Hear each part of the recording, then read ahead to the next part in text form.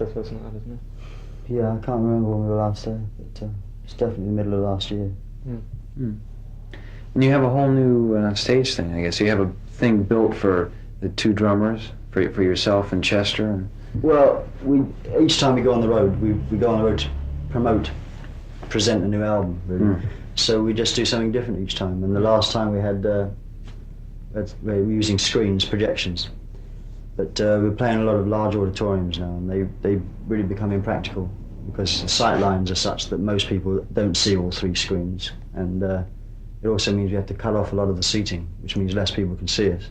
So we're having an open stage, and we're going to be using more lights than actual gadgets, you know. Just trying to develop the lighting side of the group, and maybe, you know, develop the lasers more as well.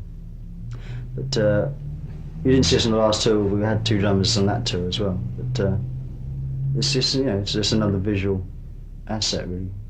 It's good. Right. You would drum also with Brand X, I guess it's kind of a hobby. Is it kind of a hobby? Yeah. I mean, it's not really my hobby. It's a band that I play in when I'm around. They're going to be playing without me because I'm really busy this year.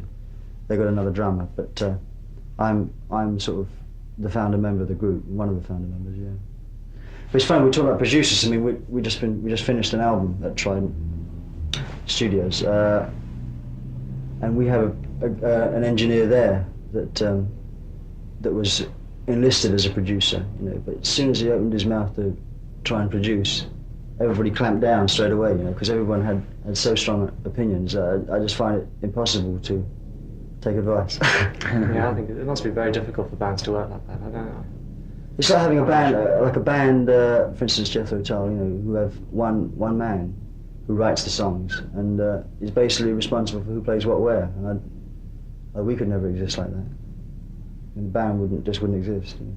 That's a coincidence because I talked to Ian a couple of days ago, and they, you know, their single "Bring Out Solstice Bells." I don't know if you've heard that. No.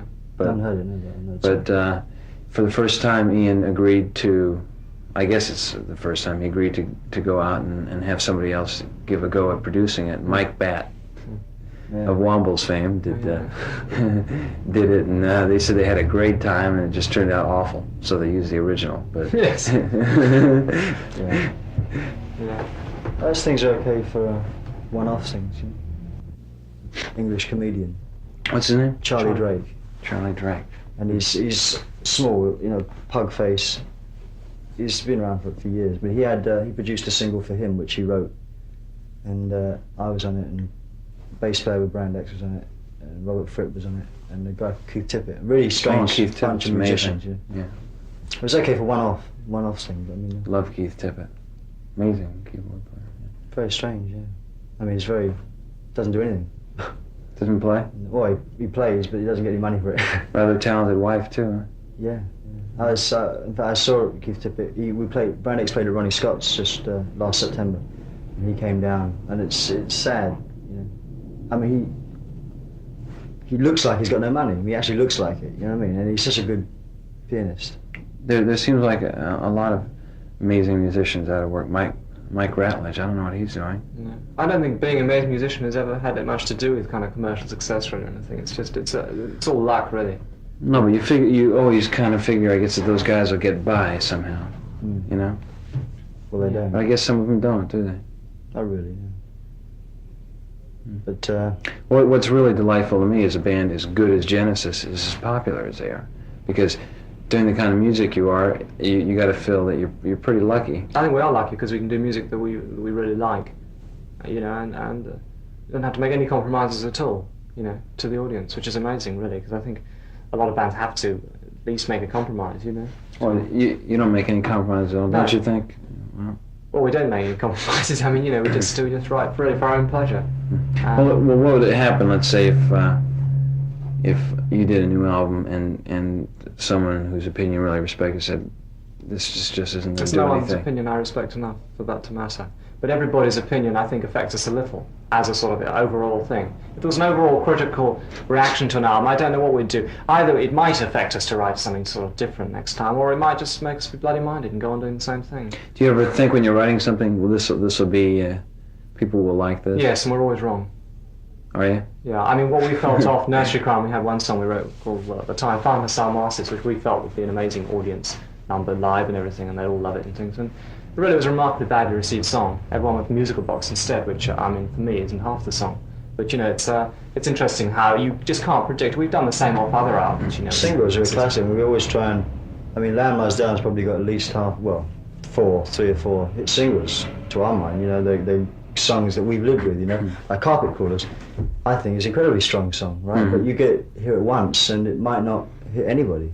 Really, I mean, we lived with it, and so you think, wow, when people hear this 3 or 4 times, they'll love it. But amazing that I Know What I Like was a hit. Yeah, well, that's got that chorus that I suppose, you know, it's very simple, and I think that's... But even given the way English radio is, I say, hearing I Know What I Like on the radio over here, I'd be very curious. We've got some songs that we didn't put on the album, 3 songs in fact, which are going to be released over here as a sort of maxi single, and probably, hopefully in America, at least one of them or 2 of them will come out. It would be real interesting to maybe just send them to radio stations as sort of an added bonus. That's what Atlantic will...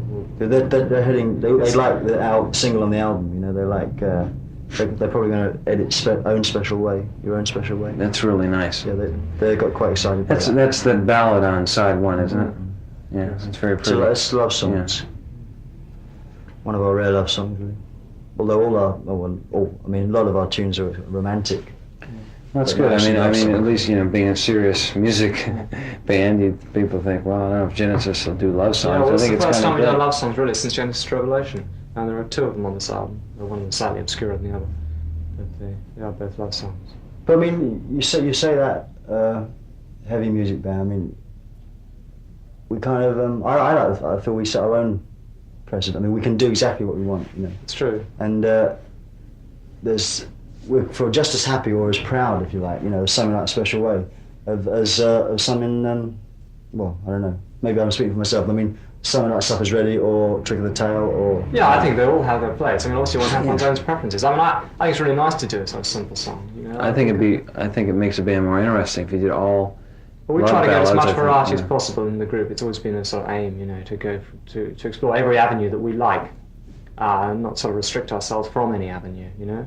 I mean, obviously, certain areas we don't like, so we don't do, you know. So, but there are other bits which, you know, we just go into every corner of one's sort of what we can take.